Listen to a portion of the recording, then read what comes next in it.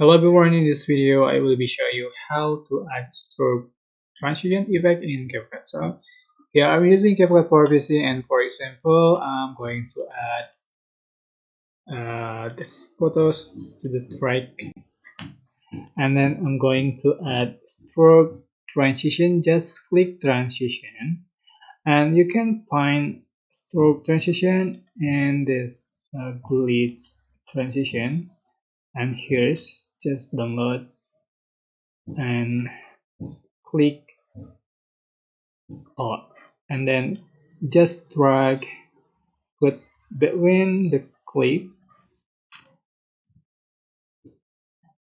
can adjust for a duration like this.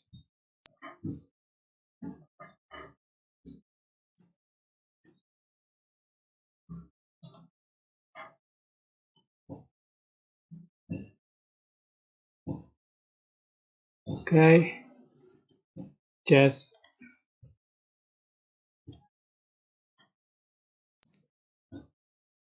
click play button for the result.